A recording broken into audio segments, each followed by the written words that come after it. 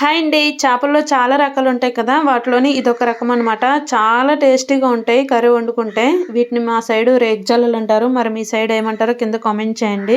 మేమెప్పుడు చేపల కర్రీని ఎప్పుడు ఒకే విధంగా వండమండి. ఎందుకంటే ఒక్కొక్క చేపని ఒక్కొక్క విధంగా వండుకుంటేనే టేస్ట్ అనేది బావుంటదనమాట. ఎప్పుడూ ఒకేలా వండుకుంటే టేస్ట్ మనకేం తెలుస్తుంది చెప్పండి? కానీ మా సైడ్ ఎలా వండుకున్నా సరే టేస్ట్ బానే ఉంటది. ఎందుకంటే మేము చెప్పాను కదా! కారంలోనే స్పెషల్‌గా మసాలాలవి వేసి ఆడిస్తారని. వీలైతే మా సైడ్ కారం ఎలా ఆడిస్తారనేది మీకొక వీడియో చేసి చూపిస్తాను. ఈ కారం ఒక్కటి ఉంటే చాలండి. ఏ కర్రీ అయినా, పులుసైనా కూడా చాలా టేస్ట్‌గా ఉంటుంది. అండ్ ఇంకొక విషయం ఏంటి అంటే చేపకి కళ్ళు ఎలా వదిలేస్తున్నారు, వాటితో పాటు ఎలా తినేస్తున్నారండి అంటున్నారు. అవి వండడం వల్ల ఏమి కాదండి. వాటిని చూస్తూ తినలేని వాళ్ళైతే వాటిని తీసేసుకోవచ్చు. మా సైడ్ ఇలాగే వండుతూ ఉంటారు. ఒక్కసారి ఈ చేపతో కర్రీ చేసుకొని తినండి. చాలా బావుంటుంది. Bye bye.